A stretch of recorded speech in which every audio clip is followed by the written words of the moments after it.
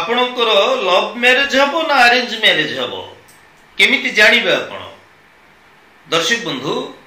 आमर रक्षणशील समाजर परिस्थिति वर्तमान बदली गलानी बोली मु भाबुची। तेबे आजिकालीर विवाह योग्य पुत्र कन्या माने प्रेम विवाह करुथिबार आमे देखिबा को पाउचे सुनिबा को पाउचे।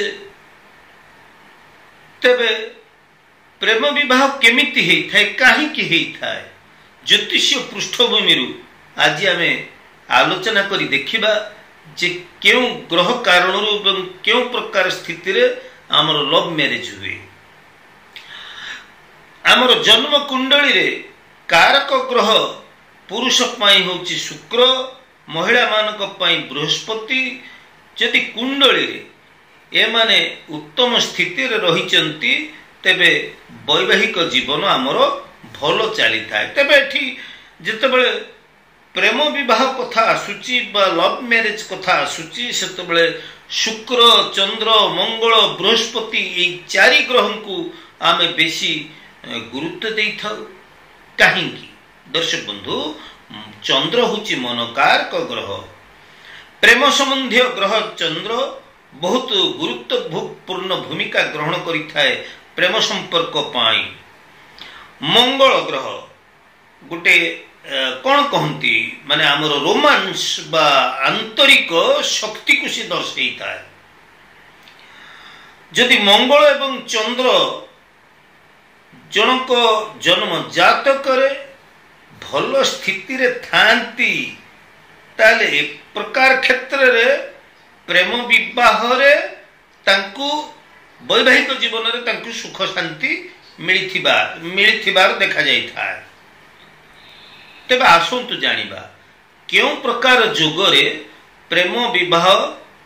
बा संबंध स्थापित हो जाए प्रेम संपर्क। यदि शुक्र चंद्र पुओ झियो उभयंकर काहारी जन्म कुंडली यदि शुक्र चंद्र एकाठी अछंती,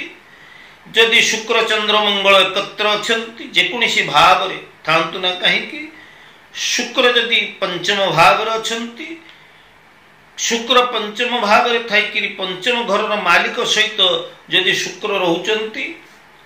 शुक्र यदि सप्तम भाव रे रहिचंती जन्म कुंडली रे, शुक्र मंगल राहु ये तीनोटी ग्रह यदि जेकोसी भाव रे अवस्थान करुचंती, एकादश भाव जहाँ आमर इच्छा को प्रकट करे एणु एकादश भाव को मध्य आमे विचार को नहीं थाउ आमर इच्छा शक्ति को जानिबा पाई। तेबे पंचम भाव को मध्य आमे अवहेला करि परिबा नहीं। आमर पंचम स्थान रो आग पछरे कुंडली रो आग पछरे जदि नैसर्गिक अशुभ ग्रह थांती ताहले एपरि क्षेत्र रे आमर प्रेम विवाह हबार संभावना बलवत्तर थाए। तेबे लग्न कुंडली रे न देखी आमे नवांश कुंडली को प्रेम विवाह पाई विश्लेषण करिबा आवश्यकता अधिक थाए जन अभिज्ञ ज्योतिष पाई। जदि ए सब जोग रहुची ताले नवांश चक्र रे आमको देखिबा पड़िबो से ग्रहर बल केते ताकू जानिबा पड़िबो। लग्न एवं नवांश कुंडली रे जदि आमर प्रेम विवाह जोग जदि बलवत्तर रहू थाए, लग्न बा लग्नाधिपति पंचम बा सप्तम भावाधिपति सहित जदि संपर्क रखु थाए, पंचम भाव रो आग पछरे जेमति मु कहिली अशुभ ग्रह जदि रहू थाए, ई सब क्षेत्र रे आमर प्रेम विवाह हबार संभावना बढ़ी जाई थाए। मोर वीडियो विस्तृत हो जिवो सेति पे मु एठी आमर थाए गोटे इंटरकास्ट मैरिज गोटे हायर कास्ट मैरिज आमर ए प्रकार थाए सब मुसे प्रसंग को जाउनी। तबे जदि आपण प्रेम क्षेत्र में सफलता पाइबा को चाहछंती देखंतु दर्शक बंधु विवाह हेबा न हेबाटा आपण प्रेम करूचंती ठीक अछि, आपण विवाह योग्य पुत्र किंबा कन्या आपण काहाकू भल पाउचंती ठीक अछि, किंतु जदि भगवान आपणकर भाग्य रखी नाहंती जदि से प्रेमटाक लवटाक आपण मैरेज रूप दबाक चाहूँगी आदि आपणकर भाग्य नाही ताल तो हम ना आदि आपणकर भाग्य अच्छी ताले प्रेम संपर्क आपणकर सफल हम तेरे एथे आप कहे एथर विचित्र कथाटा कौन आ नुआ कथाटा रहा कथाटा ये जदि आपणकर भाग्य अच्छी प्रेम संपर्क आपणकर विवाह रूप नब किंतु कौन सी कारण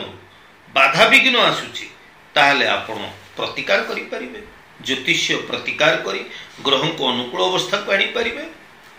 कौन करिवे से ज्योतिष्य प्रतिकार आसंतु जानिबा शुक्रवार दिन शुभ्र वस्त्र परिधान करिबा भल विवाह योग्य पुत्र बा पुरुष लोक आपण नाभिरे स्नान परे टिके परफ्यूम यूज करी आपण मां लक्ष्मी की स्मरण करंतु गुरुवार दिन हलदिया वस्त्र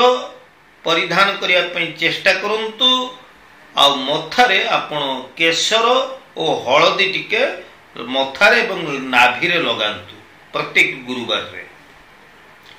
आ प्रत्येक शुक्रवार संध्या रे राधाकृष्ण मंदिर को जाइकरी गोटे गोलाप फूल श्रद्धार सहित राधाकृष्ण को अर्पण करंतु नियमित भाव में आपण ये उपाय को पालन करंतु आ अमावास्या रे ध्यान देवे अमावास्या रे केबे हेले